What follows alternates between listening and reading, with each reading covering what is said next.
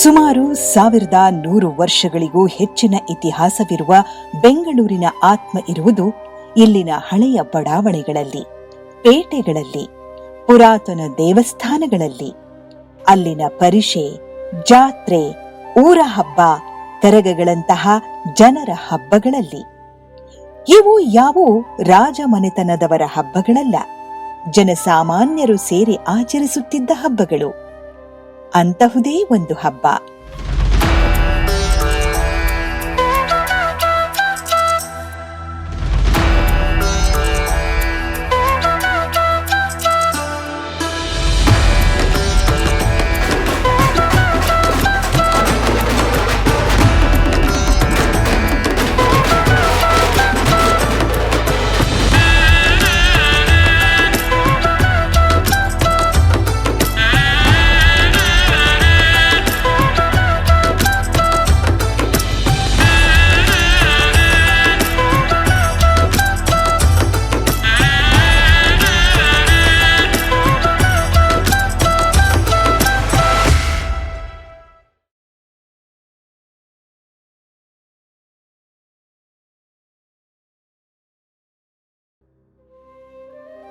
ಸುಮಾರು 600 ವರ್ಷಗಳಿಂದ ಕಾರ್ತಿಕ ಮಾಸದ ಕಡೆಯ ಸೋಮವಾರ ಮತ್ತು ಮಂಗಳವಾರ ಜಗತ್ತಿನಲ್ಲಿ ಎಲ್ಲೂ ನಡೆಯದ ಸಾಂಸ್ಕೃತಿಕ ಹಬ್ಬ ಈ ಕಡಲೆಕಾಯಿ ಪರಿಷೆ.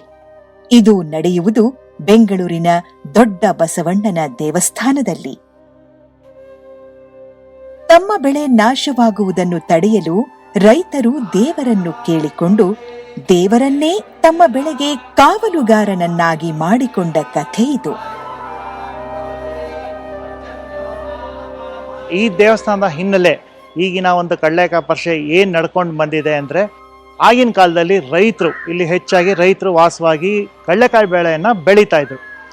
ಆ ಬೆಳೆನೆಲ್ಲ ದೇವರು ನಿಜ ರೂಪದಲ್ಲಿ ಬಂದು ಬೆಳೆನೆಲ್ಲ ತಿಂದು ನಾಶ ಮಾಡ್ತಿತ್ತು ಅಂತ ಒಂದು ಕತೆ ಇದೆ. ಆಗ ರೈತರೆಲ್ಲ ತಾವು ಬೆಳೆದಂಥ ಬೆಳೆನೆಲ್ಲ ನಾಶ ಮಾಡದೆ ಹಾಗೆ ಬಿಟ್ಟರೆ ನಾವು ಅದನ್ನೆಲ್ಲ ತಂದು ನಿಮಗೆ ನೈವೇದ್ಯ ಮಾಡಿಸಿ ಪ್ರಸಾದ ರೂಪದಲ್ಲಿ ಹಂಚ್ತೀವಿ ಅಂತ ಕೇಳ್ಕೊಂಡಾಗ ಈ ಬಸವಣ್ಣ ಇಲ್ಲೇ ಶಿಲೆಯಾಗಿ ಕೂತಿದೆ ಅಂತ ಒಂದು ಕತೆ ಇದೆ. ಅಂದಿನಿಂದಲೂ ತಾವು ಬೆಳೆದಂಥ ಬೆಳೆನೆಲ್ಲ ರೈತರು ತಂದು ಇಲ್ಲಿ ದೇವ್ರಿಗೆ ನೈವೇದ್ಯ ಮಾಡಿ ಬರೋ ಭಕ್ತಾದಿಗಳಿಗೆಲ್ಲ ಪ್ರಸಾದ ರೂಪದಲ್ಲಿ ಹಂಚ್ಕೊಂಡು ಬಂದಿದ್ದಾರೆ. ಅದು ಕ್ರಮೇಣವಾಗಿ ಈ ಪರಿಷೆ ಅಂತ ನಡ್ಕೊಂಡು ಬಂದಿದೆ ಇಂದಿಗೂ. ಇದು ಒಂದು 500 ವರ್ಷದ ಪರಿಷೆ ಅಂತ ಒಂದು ಅಂದಾಜು ಹೇಳ್ಬೋದು. ಕಡಲೆಕಾಯಿ ಪರಿಷೆ ಪ್ರಾರಂಭದಲ್ಲಿ ಒಂದು ಸಣ್ಣ ಆಚರಣೆಯಾಗಿ ಪ್ರಾರಂಭ ಆಯಿತು. ಅದರ ಪಕ್ಕದಲ್ಲಿ ಇವತ್ತು ದೊಡ್ಡ ಗಣೇಶನ, ದೊಡ್ಡ ಬಸವಣ್ಣ ದೇವಸ್ಥಾನದಲ್ಲಿ ಒಂದು ಪುಟ್ಟ ಪ್ರದೇಶ ಇದೆ, ಸೊಂಕೇನಹಳ್ಳಿ ಅಂತಂದ್ಬಿಟ್ಟು. ಜಾನಪದೀಯವಾಗಿ ಬಂದಿರತಕ್ಕಂಥ ಕಥೆ ಇದೆಯಲ್ಲ ಕಡಲೆಕಾಯಿ ಪರಿಷೆಗೆ, ಅದನ್ನು ಬೇರೆ ಬೇರೆ ಡೈಮೆನ್ಷನ್ದಲ್ಲಿ ಹೇಳ್ತಾರೆ. ಅದರ ಒಂದು ಡೈಮೆನ್ಷನ್ ಮಾತ್ರ ನಾನು ತುಂಬ ಸಂಕ್ಷಿಪ್ತವಾಗಿ ಹೇಳ್ತೀನಿ.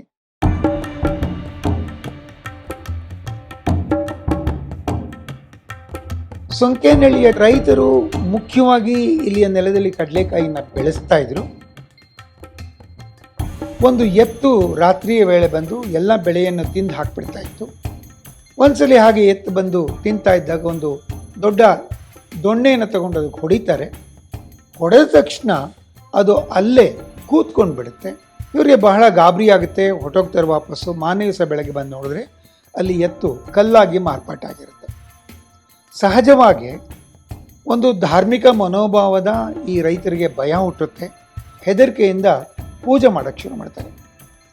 ಎರಡನೇದಾಗಿ ತಮ್ಮ ಈ ಕಡಲೆಕಾಯಿಯನ್ನು ತಿನ್ನೋದಕ್ಕೆ ಬಸವಣ್ಣ ಬರ್ತಾ ಇದರಿಂದ ಬೆಳೆದಂಥ ಬೆಳೆಯ ಮೊದಲನೇ ಫಸಲಿದೆಯಲ್ಲ ಅದನ್ನು ತಮ್ಮ ಮಂಕರಿಗಳಲ್ಲಿ ಹಿಡ್ಕೊಂಡು ತಂದು ಬಸವಣ್ಣನಿಗೆ ಅರ್ಪಿಸ್ತಾರೆ.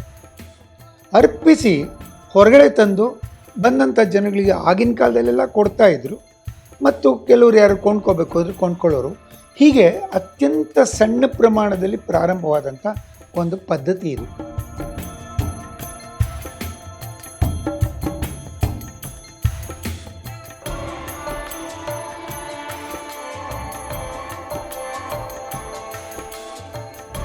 ಇದು ದೊಡ್ಡ ಬಸವಣ್ಣ ಒಂದೇ ಶಿಲೆಯಲ್ಲಿ ಇಲ್ಲಿ ನೆಲೆಯಾಗಿ ನಿಂತಿದೆ ಅಂತ ಇಲ್ಲೊಂದು ಕತೆ. ಇದು ಸುಮಾರು 480 ವರ್ಷ ಅಂದರೆ 1537ರಲ್ಲಿ ಕೆಂಪೇಗೌಡ ಮಹಾರಾಜರು ಇಲ್ಲಿ ಏನು ಆಡಳಿತ ಮಾಡ್ತಾಯಿದ್ರು ಅವ್ರ ಕಾಲದಲ್ಲಿ ಈ ದೇವಸ್ಥಾನ ಜೀರ್ಣೋದ್ಧಾರ ಆಗಿದೆ ಅಂತ ಇಲ್ಲಿ ಕತೆ. ದಕ್ಷಿಣ ಭಾರತದ ಇದು 2ನೇ ಅತಿ ದೊಡ್ಡ ನಂದಿಯಾಗಿದೆ. ಸುಮಾರು ಒಂದು 15 ಅಡಿ ಎತ್ತರ, 20 ಅಡಿ ಉದ್ದ ಇರುವಂಥ ಏಕಶಿಲಾ ನಂದಿ ಮೂರ್ತಿಯಾಗಿದೆ. ಈ ದೊಡ್ಡ ಬಸವಣ್ಣ ದೇವಸ್ಥಾನನ ಕಟ್ಟಬೇಕು ಅಂತ ಶುರು ಮಾಡಿದಾಗ ಒಂದು ಗಣಪತಿ ಸ್ಥಾಪನೆ ಮಾಡಬೇಕಾಗಿತ್ತು. ಆ ಗಣಪತಿನೇ ಇವತ್ತು ದೊಡ್ಡ ಗಣಪತಿ ಆಗಿದೆ. ಇಲ್ಲಿಂದ ಮುಂದೆ ಕಾರಂಜಿ ಆಂಜನೇಯ ಅಂತ ಒಂದು ಇದೆ, ಗವಿ ಗಂಗಾಧರೇಶ್ವರ. ಈ ದೇವಸ್ಥಾನದ ಹಿಂಭಾಗ ಒಂದು ಮಲ್ಲಿಕಾರ್ಜುನ ಸ್ವಾಮಿ ಅಂತ. ಆ ಥರ ಕೆಂಪೇಗೌಡರು ಸುಮಾರು ಒಂದು 16 ಹಳೆಯ ದೇವಸ್ಥಾನಗಳು ಇವತ್ತಿಗೂ ನೋಡ್ಬೋದು ಬೆಂಗಳೂರಲ್ಲಿ. ಇಡೀ ಇಂಡಿಯಾ ದೇಶದಲ್ಲಿರ್ತಕ್ಕಂಥ ಎಲ್ಲ ಬಸವಣ್ಣಗಳು ಬಲಗಡೆ ತಿರುಗಿದ್ರೆ ಬೆಂಗಳೂರು ದೊಡ್ಡ ಬಸವಣ್ಣ ಮತ್ತು ಹೊಸೂರಿನ ಚೂಡನಾಥೇಶ್ವರ ದೇವಾಲಯದ ಬಸವಣ್ಣ ಎಡಗಡೆ ತಿರುಗಿ ಗುಮ್ಲಾಪುರದ ಕಡೆ ನೋಡ್ತಾ ಇದೆ ಅಂತ ಹೇಳಿ ಆ ಜಾನಪದ ಐತಿಹ್ಯ. ಅಷ್ಟೇ ಅಲ್ಲ, ಗುಮ್ಲಾಪುರದ ಇರಸಿಂಗಿ ಗವಿ, ಬೆಂಗಳೂರಿನ ದೊಡ್ಡ ಬಸವಣ್ಣ ದೇವಸ್ಥಾನ ಮತ್ತು ಬೆಂಗಳೂರಿನ ಗವಿಪುರದಲ್ಲಿ ಇರತಕ್ಕಂಥ ಗವಿ ಗಂಗಾಧರೇಶ್ವರ ದೇವಸ್ಥಾನ, ಇದು ಉದ್ದಕ್ಕೆ ಒಂದು ನೇರ ಗೆರೆಯ ಆಕಾರದಲ್ಲಿ ಬರುತ್ತೆ ಅಂತ ಹೇಳಿ ಒಂದು ನಂಬಿಕೆ ಇದೆ. ಇಲ್ಲಿ ಈ ಬಸವಣ್ಣ ಏನಿದೆ ಆಗಿನ ಕಾಲದಿಂದ ಅದೇ ಒಂದು ಸೈಜಲ್ಲೇ ಇದೆ, ಯಾವುದು ಏನು ಬೆಳೆಯಲ್ಲ ಅಂತ ಅವರವರು ನಂಬಿಕೆಗೆ ಬೆಳೆಯುತ್ತೆ ಅಂತ ಹೇಳ್ಕೊಂಬಂದಿದ್ದಾರೆ. ಅದು ಬೆಳಿಬಾರ್ದು ಅಂತ ಒಂದು ತ್ರಿಶೂಲ ತಲೆ ಮೇಲೆ ಇಟ್ಟಿದ್ದಾರೆ. ಹಾಗಾಗಿ ಇದು ಬೆಳವಣಿಗೆ ನಿಂತಿದೆ ಅಂತಲೂ ಒಂದು ಕಥೆ ಇದೆ. ಇಲ್ಲಿ ಬಸವನ ವಿಗ್ರಹ ಪ್ರತಿಷ್ಠೆ ಮಾಡಿದ್ರಲ್ಲ, ಆ ಕಾರಣದಿಂದ ಬಸವನ ಹಳ್ಳಿ ಅಂತ ಹೆಸರು ಬಂದಿದ್ದು ನಮಗೆ ಇತಿಹಾಸದಿಂದ ಗೊತ್ತಾಗುತ್ತೆ. ಆಮೇಲೆ ಸ್ವಲ್ಪ ಡೆವಲಪ್ ಆದಂಗೆಲ್ಲ ಬಸವನಪುರ ಆಮೇಲೆ ಅದೆಲ್ಲ ಹೊರಟೋಗ್ಬಿಟ್ಟು ಯಾವಾಗ ಇದು ಎಕ್ಸ್ಟೆನ್ಷನ್ 1898ರಲ್ಲಿ ನಮ್ಮ ಬಸವನ ಗುಡಿ ಲೇಔಟು ಶುರುವಾಗಿತ್ತು. ಆವಾಗ ಬಸವನ ಗುಡಿ ಅಂತ ಪರ್ಮನೆಂಟಾಗಿ ಇದ್ಬಿಡುತ್ತೆ.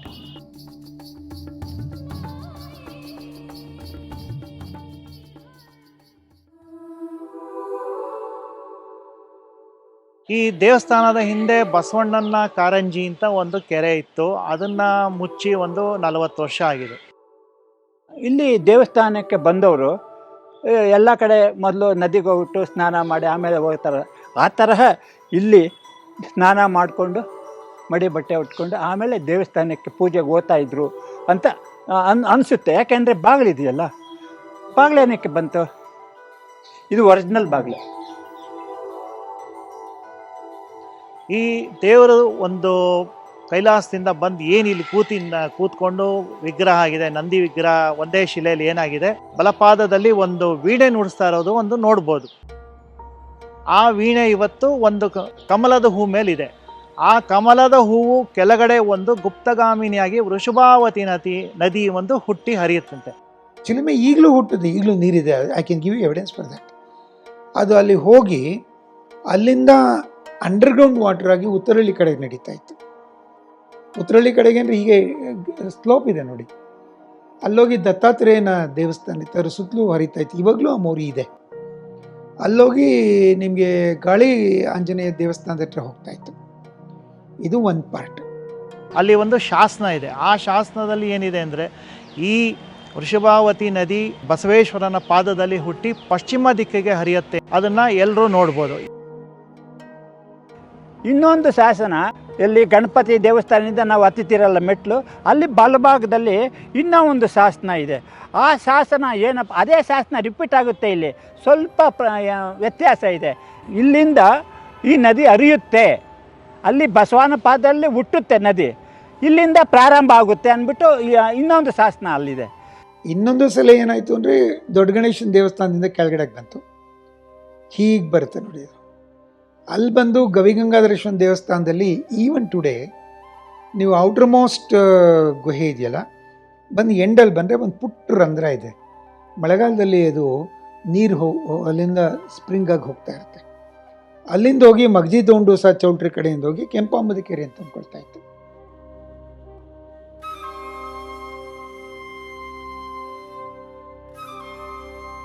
ಆಮೇಲೆ ಇನ್ನೊಂದು ಏನಪ್ಪ ಮುಖ್ಯವಾಗಿ ಅಂತಂದರೆ, ಸೋಮವಾರ ಕೊನೆ ಕಾಸು ಮುಖ್ಯವಾದಂಥ ಪೂಜೆಗಳು ಎಲ್ಲ ಇಲ್ಲಿ ನಡೆಯುತ್ತೆ. ಆ ಟೈಮಲ್ಲಿ ದೀಪಗಳು ಅಂಟಿಸ್ತಾರೆ ಎಲ್ಲ ಕಡೆ. ಇಲ್ಲಿನೂ ದೀಪಗಳು ಅಂಟಿಸ್ಬೇಕು. ಹೆಂಗೆ ದೀಪಗಳು ಅಂಟಿಸೋದು? ಬೆಂಗಳೂರಿನಲ್ಲಿ ಸುಮಾರು 30-40-50 ವರ್ಷಗಳಿಂದ ವಾಸ ಆಗಿರ್ತಕ್ಕಂಥ ಜನಗಳಿಗೆ ನನ್ನ ಲೆಕ್ಕದಲ್ಲಿ ಒಂದು 70-80-90% ಜನರಿಗೆ ಗೊತ್ತಿಲ್ಲದೆ ಇರತಕ್ಕಂಥ ಸಂಗತಿ. ಇದನ್ನು ನಾವು ಬಹಳ ಪ್ರಚಾರ ಮಾಡುವಂಥ ಅವಶ್ಯಕತೆ ಇದೆ. ಯಾಕೆಂದರೆ ಹಿರಿಯ ಕೆಂಪೇಗೌಡರು ಈ ದೇವಸ್ಥಾನವನ್ನು ಕಟ್ಟಿದ ಮೇಲೆ ನೋಡಿದ್ರು ಬೇರೆ ಬೇರೆ ಆಕೃತಿಯ ಬಂಡೆಗಳಿವೆ, ಬೇರೆ ಬೇರೆ ಗಾತ್ರದ ಬಂಡೆಗಳಿವೆ. ಯಾಕೆ ಈ ಬಂಡೆಗಳನ್ನು ಉಪಯೋಗಿಸ್ಕೊಂಡು ನಾವು ಕಾರ್ತೀಕ ಮಾಸವನ್ನು ಇಲ್ಲಿ ಆಚರಣೆಗೆ ಜನಗಳಿಗೆ ಅನುಕೂಲ ಮಾಡಿಕೊಳ್ಬಾರದು ಅಂತ ಅವರ ಮನಸ್ಸಿನಲ್ಲಿ ಒಂದು ಭಾವನೆ ಬಂತು. ಅದನ್ನು ಹೇಗೆ ಅದನ್ನು ಶಾಶ್ವತಗೊಳಿಸೋದು? ಅಲ್ಲಿರುವ ಎಲ್ಲ ಬಂಡೆಗಳ ಮೇಲೆ 1 ಅಡಿ ವ್ಯಾಸ ಅಂದರೆ ಸರೌಂಡಿಂಗ್ಸ್ ಆ ಥರ ಮತ್ತು ಒಳಗಡೆ 2 ಇಂಚು ಹಳ್ಳ. ಆ ಹಳ್ಳದೊಳಗಡೆ ಇನ್ನೊಂದು ಪುಟ್ಟದಾಗಿರ್ತಕ್ಕಂಥ ಒಂದು ಕೊಳವೆ ತೋರ್ತಕ್ಕಂಥದ್ದು ಇನ್ನೊಂದು ಹಳ್ಳವನ್ನು ಮಾಡಬೇಕು. ಈ ಹಳ್ಳದಲ್ಲಿ ಆಗಿನ ಕಾಲದಲ್ಲಿ ಹೊಂಗೆ ಎಣ್ಣೆ ಈ ರೀತಿ ದೀಪಕ್ಕೆ ಉಪಯೋಗಿಸ್ತಾ ಇರ್ತಕ್ಕಂಥ ಎಣ್ಣೆಗಳನ್ನು ಅದರಲ್ಲಿ ತುಂಬಬೇಕು. ಮತ್ತು ಈ ಬೊಂಬಿನ ಅಥವಾ ಯಾವುದೇ ಲೋಹದ ಕೊಳವೆ ಸುಮಾರು 1-1.5 ಅಡಿ ಅಥವಾ 2 ಅಡಿ ಕೊಳವೆಯನ್ನು ಮಾಡಿ ಅದರೊಳಗಡೆ ಈ ಬಟ್ಟೆಯನ್ನು ಚೆನ್ನಾಗಿ ತುರುಕಿ ಆ ಬಟ್ಟೆಗೆ ಎಣ್ಣೆಯನ್ನು ಹಾಕಿ ಅದನ್ನು ಚೆನ್ನಾಗಿ ಎಣ್ಣೆಯಲ್ಲಿ ಸೋಕ್ ಮಾಡಬೇಕು ಅಥವಾ ಅದ್ದಿ ಅದನ್ನು ನೆನೆಸಬೇಕು. ಮೇಲ್ಗಡೆ ಸ್ವಲ್ಪ ಭಾಗ ಬಿಟ್ಟಿರುತ್ತೆ. ಅದಕ್ಕೆ ದೀಪವನ್ನು ಹಚ್ಚಿ ಅದನ್ನು ಇಟ್ಟಾಗ ಎಣ್ಣೆ ಬೇಕಾದಷ್ಟು ಇಟ್ಟಾದ್ರಿಂದ ಅದು ದೀರ್ಘಕಾಲ ಉರಿತಾ ಇತ್ತು.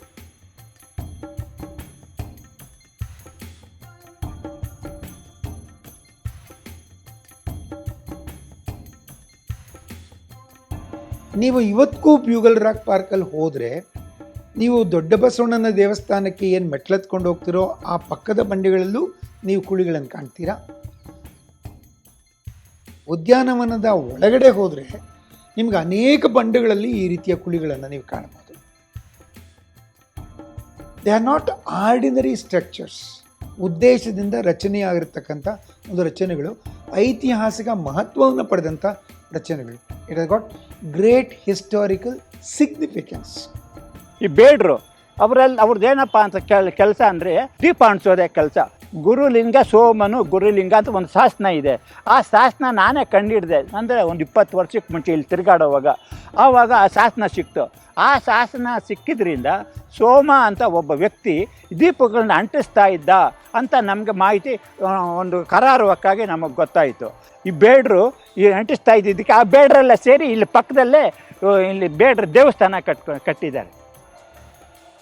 ಸುಮಾರು 400 ವರ್ಷಗಳ ಹಿಂದೆಯೇ ತದನಂತರದ ಕಾಲದಲ್ಲೂ ಈ ರೀತಿ ಕಾರ್ತೀಕ ಮಾಸದಲ್ಲಿ ದೀಪೋತ್ಸವ ನಡೀತಾ ಇತ್ತು. ಎತ್ತರದ ಪ್ರದೇಶದಲ್ಲಿರ್ತಕ್ಕಂಥ ಜನಗಳಿಗೆ ಈ ಒಂದು ಉದ್ಯಾನವನ ಅಥವಾ ಬಸವಣ್ಣನ ಗುಡಿಯ ಸುತ್ತಲ ಪ್ರದೇಶದಲ್ಲಿರ್ತಕ್ಕಂಥ ದೀಪೋತ್ಸವವನ್ನು ಕಾಣಬಹುದಾಗಿತ್ತಂತೆ. ನಾವು ಅದನ್ನು ಕಲ್ಪಿಸ್ಕೊಂಡ್ರೆ ಎಷ್ಟು ಗ್ರ್ಯಾಂಡ್ ಆಗಿದೆ ಅಂತ ಅನ್ನಿಸ್ಕೋಬೋದು.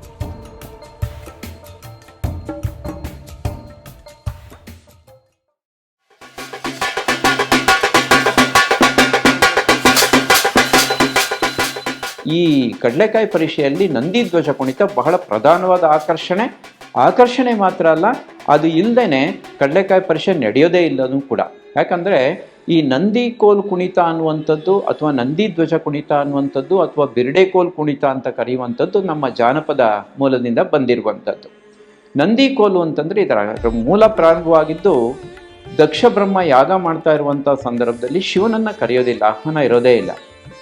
ಆ ಸಂದರ್ಭದಲ್ಲಿ ಆ ವೀರಭದ್ರನ ಒಂದು ಅವತಾರವಾದ ನಂತರ ದಕ್ಷ ಬ್ರಹ್ಮನ ಯಜ್ಞ ಮತ್ತು ಯಾಗ ಎಲ್ಲವೂ ಸಂಪೂರ್ಣ ನಾಶವಾಗಿ ದಕ್ಷ ಬ್ರಹ್ಮನ ಕಡೆಯವರೆಲ್ಲರನ್ನೂ ಕೂಡ ತಲೆಯನ್ನು ಚೆಂಡಾಡಿ, ಅದಾದ ಮೇಲೆ ಅಲ್ಲಿರ್ತಕ್ಕಂಥ ಅದ್ದೋರಿರೆಲ್ಲ ಶಿವನ ಭಕ್ತರು ಅಂತ ಹೇಳಿ ಅವನಿಗೆ ತಿಳಿದ ಮೇಲೆ ನಾನು ಎಂಥ ತಪ್ಪು ಮಾಡಿದೆ, ಈ ಶಿವಭಕ್ತರನ್ನೆಲ್ಲ ಒಂದು ಶಾಶ್ವತವಾದಂಥ ಒಂದು ಮಂಗಳದ ಸ್ಥಾನದಲ್ಲಿ ಇಡಬೇಕು ಅಂತ ಹೇಳಿ ವ್ಯಾಸನ ತೋಳನ್ನೇ ಒಂದು ಕೋಲು ಮಾಡಿ ಅಲ್ಲಿ ಅವರ ಎಲ್ಲರ ರುಂಡುಗಳನ್ನೇ ಅದನ್ನು ಹೂವು ಮಾಡಿ ಅದಕ್ಕೆ ಆ ಕಂಬಕ್ಕೆ ಜೋಡಿಸ್ತಾನೆ. ಆಮೇಲೆ ಅದಕ್ಕೊಂದು ನಂದಿಯನ್ನು, ಶಿವನ ವಾಹನವಾದಂಥ ನಂದಿಯನ್ನು ಪ್ರತಿಷ್ಠಾಪನೆ ಮಾಡಿ ಅಲ್ಲಿರೋ ಒಂದು ಸಿಂಹದ ಚರ್ಮವನ್ನೇ ಬಟ್ಟೆಯಾಗಿ ಮಾಡಿ ಅದನ್ನೇ ಧ್ವಜ ಅಂತ ಅಂತಾರೆ. ಅದು ಧರ್ಮಧ್ವಜ ಅಂತ ಅನಿಸ್ಕೊಳ್ತದೆ. ಈಗ ನಂದಿಯನ್ನು ಕೋಲದಲ್ಲಿ ಪ್ರತಿಷ್ಠಾಪನೆ ಮಾಡಿದ ಕಾರಣದಿಂದಾಗಿ ಅದು ನಂದಿ ಧ್ವಜ ಅಂತ ಹೇಳಿ ಕರೆಸ್ಕೊಳ್ತದೆ.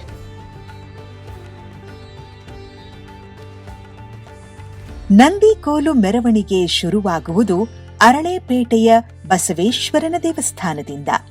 ಕಡಲೆಕಾಯಿ ಮಾರಲೆಂದು ಬೆಂಗಳೂರಿಗೆ ಬಂದ ರೈತರು ಮೊದಲು ಈ ಸ್ಥಳದಲ್ಲಿ ಸೇರುತ್ತಿದ್ದರಂತೆ.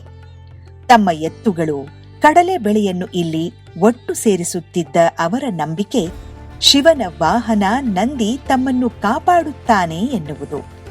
ಅಲ್ಲಿ ಆಗ ಅವರು ಸ್ಥಾಪಿಸಿದ್ದು ಬಸವನ ಒಂದು ಪುಟ್ಟ ಮೂರ್ತಿ. ನಂತರ ಅದು ದೊಡ್ಡ ಮೂರ್ತಿಯಾಯಿತಲ್ಲದೆ ಅಲ್ಲಿ ಒಂದು ದೇಗುಲವೂ ನಿರ್ಮಾಣವಾಯಿತು.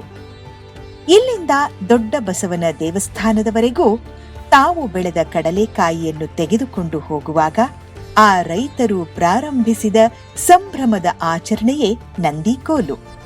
ಕುಳಿತ ಬಸವನ ಬಳಿಗೆ ಇನ್ನೊಂದು ಬಸವ ಬರುವ ಆಚರಣೆ ಇದು. ಬಸವನ್ ತೊಗೊಂಡು ಹೋಗ್ಬೇಕಾದ್ರೆ ಹೇಗೆ ಅದನ್ನು ಒಂದು ನಂದಿ ಧ್ವಜದ ಅಂತ ಅಂದ್ಬಿಟ್ಟು ಒಂದು ಮಾಡ್ತಾರೆ. ಆ ನಂದಿ ಧ್ವಜನೇ ಈಗ ಈ ಕಾಲದವರೆಗೂ ನಡ್ಕೊಂಡು ಬರ್ತಾ ಇದೆ. ಕಾರ್ತಿಕ್ ಕೊನೆ ಸೋಮವಾರ ಬಸವನ ನಂದಿ ಧ್ವಜದ ಅಳಿಗೆ ಮೇಲೆ ಕುಂಡ್ರಿಸಿ ವಾದ್ಯ ಸಮೇತ ಇಲ್ಲಿಂದ ಬಸವನಗುಡಿ ಪೊಲೀಸ್ ಸ್ಟೇಷನ್ ರಸ್ತೆಯಿಂದ ಬಂಡಿ ವರ್ತಕರಾದ ಶ್ರೀ ಚಂದ್ರಶೇಖರಪ್ಪನವರ ಮನೆಗೆ ಬಂದು ಅಲ್ಲಿ ಪೂಜೆ ಇದೆಲ್ಲ ಸಲ್ಲಿಸಿ ಪ್ರಸಾದ ವಿನಿಯೋಗನ ಮುಗಿಸ್ಕೊಂಡು ಅಲ್ಲಿಂದ ಇದು ದೊಡ್ಡ ಬಸವಣ್ಣನ ದೇವಸ್ಥಾನಕ್ಕೆ ಹೋಗ್ತಾಯಿದ್ವಿ. ದೊಡ್ಡ ಬಸವಣ್ಣನ ದೇವಸ್ಥಾನ ಸೇರಿದ ಮೇಲೆ ದೇವಸ್ಥಾನ ಪ್ರದಕ್ಷಿಣೆ ಮಾಡಿ ಆಮೇಲೆ ಅಲ್ಲಿ ಜೊತೆಗೆ ಬಂದಿದ್ದ ಹುಡುಗರುಗಳು ಅವರು ಧ್ವಜ ಕುಣಿಸಿದ ಮೇಲೆ ಮಹಾಮಂಗಳಾರತಿ ಆಗುತ್ತೆ. ಮಹಾಮಂಗಳಾರತಿ ಮುಗಿದ ನಂತರ ಸೀದಾ ಹಳ್ಳೆಪೇಟೆಗೆ ಬಂದು ಹಳ್ಳೆಪೇಟೆ ಪೊಲೀಸ್ ಸ್ಟೇಷನ್ ಅಲ್ಲಿಂದ ರುದ್ರ ದೇವಸ್ಥಾನಕ್ಕೆ ಮೆರವಣಿಗೆಯಲ್ಲಿ ಬಂದು ಅಲ್ಲಿ ರುದ್ರ ದೇವಸ್ಥಾನದಲ್ಲಿ ಪೂಜೆ ಮುಗಿಸ್ಕೊಂಡು ಹಳ್ಳೆ ಗುಡಿಗೆ ಬಂದು ಈ ಬಸವೇಶ್ವರ ದೇವಸ್ಥಾನನ ಒಂದು ಪ್ರದಕ್ಷಿಣೆ ಹಾಕಿ ಆಮೇಲೆ ಇಲ್ಲಿ ಧ್ವಜನ ಇಲ್ಲಿ ನಿಲ್ಲಿಸ್ತಾ ಇದ್ದು. ವಿಶೇಷ ಸಂದರ್ಭಗಳಲ್ಲಿ ಇದನ್ನು ಒಂದು ಮೆರವಣಿಗೆ, ಇನ್ನೊಂದು ಹರಕೆ ಇರುವಂಥದ್ದು, ಇನ್ನೊಂದು ತುಂಬ ದೊಡ್ಡ ಜಾತ್ರೆ ಇರುವಂಥ ಸಂದರ್ಭದಲ್ಲಿ ಮಾತ್ರ ಈ ನಂದಿಕೋಲಿನ ಕುಣಿತವನ್ನು ನೋಡ್ತೀವಿ. ಕೊಡಗು ಕರಾವಳಿ ಬಿಟ್ಟರೆ ಕರ್ನಾಟಕದ ಎಲ್ಲ ಭಾಗದಲ್ಲಿಯೂ ಕೂಡ ನಂದಿಕೋಲಿನ ಕುಣಿತವನ್ನು ನಾವು ನೋಡ್ತಾ ಹೋಗ್ತೀವಿ. ಈ ನಂದಿಕೋಲಿ ಎಷ್ಟುದ್ದ ಇರಬೇಕು ಅನ್ನೋದ್ರ ಬಗ್ಗೆಯೂ ಕೂಡ ಕರಾರುವಕ್ಕಾಗಿ ನಮ್ಮ ಜಾನಪದರು ಮತ್ತು ಪುರಾಣಗಳಲ್ಲೂ ಉಲ್ಲೇಖ ಇದೆ. 18 ಮೊಳ ಇರಬೇಕು ಅಂತ. 35ರಿಂದ 38 ಅಡಿಗಳಷ್ಟು ಉದ್ದವಾದಂತಹ ಮರದ ಗಳ ಅಂತ ಕರೀತಾರೆ. ಆ ಗಳಕ್ಕೆ ಕೊಡಿಸಿರ್ತಾರೆ. ಅದು ಎಲ್ಲಿಯೂ ಕೂಡ ಬಿರುಕು ಬಿಟ್ಟಿರಬಾರ್ದು. ಮತ್ತು ಅದು ಬುಡದಿಂದ ಒಂದು 4ರಿಂದ 6 ಅಡಿ ಎತ್ತರವರೆಗೆ ಯಾವುದೇ ಅಲಂಕಾರ ಮಾಡಿರೋದೇ ಇಲ್ಲ. ಆ 4 ಅಥವಾ 6 ಅಡಿಯ ಮಧ್ಯದಲ್ಲಿ ಒಂದು ವೀರಭದ್ರ ಹಲಗೆ ಅಂತ ಕರೀತಾರೆ. ಆ ವೀರಭದ್ರ ಹಲಗೆಯ ಒಳಭಾಗದಲ್ಲಿ ನಂದಿಯನ್ನು ಸ್ಥಾಪನೆ ಮಾಡಿರ್ತಾರೆ. ಯಾವುದೇ ಲೋಹದ ನಂದಿಯನ್ನು ಸ್ಥಾಪನೆ ಮಾಡಿರ್ತಾರೆ. ಆ ಇಡೀ ಬೊಂಬಿಗೆ ಕೆಲವು ಕೊಳಗಗಳನ್ನು, ಹಿತ್ತಾಳೆ ಹಂಡೆಗಳನ್ನು ತೊಡಿಸಿರ್ತಾರೆ. ಪ್ರತಿ 2 ಹಂಡೆಗಳ ಮಧ್ಯೆ ಒಂದೊಂದು ಕೊಳಗ ಅಂತ, ಅದು ಕೂಡ ಹಿತ್ತಾಳೆಯಿಂದ ಮಾಡಿದ್ದೆ. ಆ ಕಂಬಿಯ ತಟ್ಟ ತುದಿಗೆ ಒಂದು ಛತ್ರಿ ನೆಟ್ಟಿರ್ತಾರೆ. ಅದು ಬೆಳ್ಳಿಯಲ್ಲಾರು ಮಾಡಿರಬಹುದು ಅಥವಾ ಹಿತ್ತಾಳೆಯಲ್ಲಾರು ಮಾಡಿರಬಹುದು. ವಾಸ್ತವವಾಗಿ ಈ ಛತ್ರಿನೇ ಈ ನಂದಿ ಕಂಬಕ್ಕೆ ಒಂದು ಕಳಶ ಇದ್ದ ಹಾಗೆ. ನಂದಿ ಧ್ವಜಕ್ಕೆ ಮುಖ್ಯವಾಗಿ ಕರಡಿ ವಾದ್ಯ ಮುಖ್ಯ. ಕರಡಿ ವಾದ್ಯ ಮೊದಲಿಗೆ ಶಿವನ ವಾದ್ಯ ಅಂತ ಹೇಳ್ತಾ ಇದ್ರು. ಅದು ಈಗ ತಪ್ಪೋಗಿರುತ್ತೆ. ನುಡಿಸಿದ ತಕ್ಕಂಗೆ ನಂದಿ ಧ್ವಜದ ಕುಣಿಸ್ತಾ ಹುಡುಗರು ಹೆಜ್ಜೆ ಹಾಕ್ತಾಯಿದ್ರು. ಇವಾಗ ಏನಿದ್ರು ಕರಡಿ ದಿಮ್ಮಿ ಅಂತ ಬಂದಿದೆ. ಅದು ಆ ವಾದ್ಯದಲ್ಲಿ ಮೊದಲಿಗೂ ಕರಡಿ ಇದಕ್ಕೂ ಭಾರ ಹೆಚ್ಚು ಕಮ್ಮಿ ಇರುತ್ತೆ. ಈ ಒಂದು ಕಲೆಯನ್ನು ಗಂಡು ಕಲೆ ಅಂತ ಕರೀತಾರೆ. ಯಾಕಂದರೆ ಅಷ್ಟೊಂದು ಭಾರವಾದ ಗಳವನ್ನು, ಅವೆಲ್ಲವನ್ನು ಅಲಂಕಾರ ಮಾಡಿರುವಂಥ ಗಳವನ್ನು ಹೊರಬೇಕು ಅಂತಂದರೆ ಆ ಹೊರುವ ವ್ಯಕ್ತಿ ಭಾಳ ಬಲಿಷ್ಠನಾಗಿರಬೇಕು, ಸಾಧನೆ ಮಾಡಿರಬೇಕು, ಅಭ್ಯಾಸ ಮಾಡಿರಬೇಕು. ಅದನ್ನು ಹೊತ್ಕೊಂಡು ಕುಣಿಯುವಾಗ ಅವನು ಲಯಬದ್ಧವಾಗಿ ಕುಣಿಬೇಕು. ಹಾಗೆ ಕುಣಿಯೋದಕ್ಕೂ ಕೂಡ ನಮ್ಮ ಜಾನಪದದಲ್ಲಿ ಗತ್ತು ಅಂತ ಕರೀತಾರೆ. ಅದರಲ್ಲಿ 1 ಹೆಜ್ಜೆ ಗತ್ತು ಅಂತ ಕರಿಬೋದು, 2 ಹೆಜ್ಜೆ ಗತ್ತು ಅಂತಿದೆ, 3 ಹೆಜ್ಜೆ ಗತ್ತು ಅಂತಿದೆ, 4 ಹೆಜ್ಜೆ ಗತ್ತು ಅಂತಿದೆ. ಅದಾದಮೇಲೆ ತಿರುಹಣಿ ಅಂತಿದೆ. ಅಂದರೆ ಏನು ಕುಣಿದಿರ್ತಾರೋ ಅದನ್ನೇ ಮತ್ತೆ ಹಿಂಭಾಗಕ್ಕೆ ಕುಣಿತಾ ಹೋಗುವಂಥದ್ದು. ಅದರ ಜೊತೆಗೆ ದೌಡ್ಗತ್ತು ಅಂತಿದೆ. ದೌಡ್ಗತ್ತು ಅಂದರೆ ಓಡ್ತಾ ಹೆಜ್ಜೆ ಹಾಕೊಂಡು ಕುಣಿಯುವಂಥದ್ದು. ಇವೆಲ್ಲವನ್ನು ಕೂಡ ಸುಮಾರು 6 ಬಗೆಯ ನರ್ತನದ ಗತಿ ಅಂದರೆ ಚಲನೆಯನ್ನು ಇಲ್ಲಿ ಸೂಚಿಸ್ತಾ ಹೋಗ್ತಾರೆ. ಅಷ್ಟು ಭಾರವಾದಂತಹ ವಸ್ತುವನ್ನು ಇಟ್ಕೊಳ್ಳಿಕ್ಕೆ ಒಂದು ನವಾರ ಅಂಥೇಳಿ ಹೆಗಲು ಚೀಲ ಇರ್ತದೆ. ಅದಕ್ಕೆ ಅದನ್ನು ಕೂಡಿಸಿಡ್ತಾರೆ. ಪರಿಣಿತರಾದಂತಹ ಕೆಲವು ನಂದಿ ಧ್ವಜ ಕುಣಿತಗಾರರು, ಕಲೆಗಾರರು ಅದನ್ನು ತಲೆ ಮೇಲೆ, ಹಣೆ ಮೇಲೆ, ಗಲ್ಲದ ಮೇಲೆ, ಹೆಗಲ ಮೇಲೆ ಧಾರಾಳವಾಗಿ ಅಷ್ಟು ಭಾರವಾಗಿದ್ದರೂ ಕೂಡ ಅದನ್ನು ಲೀಲಾಜಾಲವಾಗಿ ಕುಣಿಸ್ತಕ್ಕಂತಹ ಕಲೆಯನ್ನು ಅವರು ಅಳವಡಿಸ್ಕೊಂಡಿರ್ತಾರೆ. ನಂದಿ ಧ್ವಜ ಒಂದು ದೃಷ್ಟಿಯಿಂದ ಅದು ಗೌರವ ಗಾಂಭೀರ್ಯದ ಸಂಕೇತ ಮತ್ತು ಆತ್ಮಾಭಿಮಾನದ ಸಂಕೇತ. ಅಷ್ಟೇ ಅಲ್ಲ, ಅನಿಷ್ಟಗಳ ವಿರುದ್ಧ ಗೆಲುವಿನ ಒಂದು ವಿಜಯೋತ್ಸವದ ಸಂಕೇತವೂ ಕೂಡ ಆಗಿದೆ. ಈ ಧ್ವಜನ ಪೂರ್ತಿ ಜನ ಮರಿತಾ ಬರ್ತಾ ಇದ್ದಾರೆ. ಯಾಕಂದರೆ ಪ್ರೋತ್ಸಾಹ ಕೊಡೋರು ಯಾರೂ ಇಲ್ಲ ಇವಾಗ ನಮ್ಮ ದೇವಸ್ಥಾನದ ಕಾರ್ಯಗಳು ನಿಂತೋಗ್ತವೆ. ಹಳೆ ನಾವು ಇದು ಕರ್ತವ್ಯನ ಮರಿಬಾರ್ದು, ಅದನ್ನು ನಾವು ನಡೆಸ್ಕೊಂಡು ಹೋಗ್ಬೇಕು ಅಂತೇಳಿ ಇವಾಗ ನಾವು ಕಷ್ಟಪಟ್ಟು ಈ ಇದು ನಂದಿ ಧ್ವಜನ ನಡೆಸ್ಕೊಂಡು ಬರ್ತಾ ಇದ್ದೀವಿ. ಗ್ರಾಮೀಣ ಬದುಕಿಗೆ ಒಂದು ಹದ ತಂದು ಕೊಡುವಂತಹ, ಗ್ರಾಮೀಣರ ಶ್ರಮಕ್ಕೆ ಒಂದು ಪರಿಹಾರ ನೀಡುವಂಥ ಇಂಥ ಗ್ರಾಮೀಣ ಕಲೆಗಳನ್ನು ಉಳಿಸೋದು ಯಾವುದೇ ದೇಶದ ಒಂದು ಬಹುಮುಖ್ಯವಾದಂಥ ಸಂಸ್ಕೃತಿ ಅಂತ ನಾನು ಭಾವಿಸಿದ್ದೇನೆ. ಈ ದೃಷ್ಟಿಯಿಂದ ವಿಶೇಷವಾಗಿ ಈ ನಂದಿ ಧ್ವಜದಂಥ ಕಲೆ ಏನಿದು ವರ್ಣಮಯವಾಗಿರ್ತದೆ, ಕಣ್ಣಿಗೆ ನೋಡೋರಿಗೆ ಒಂದು ಹಬ್ಬದಂತೆ ಇರ್ತದೆ. ಈ ದೃಷ್ಟಿಯಿಂದ ಇಂಥ ಕಲೆಗಳನ್ನು, ಶ್ರೇಷ್ಠವಾದ ಕಲೆಗಳನ್ನು ಉಳಿಸ್ಕೊಳ್ಳುವಂಥ ಕೆಲಸ ನಮ್ಮಿಂದ ಆಗಬೇಕಾದಂಥ ಅವಸರ ಇದೆ ಅಂತ ನನಗನ್ನಿಸ್ತದೆ.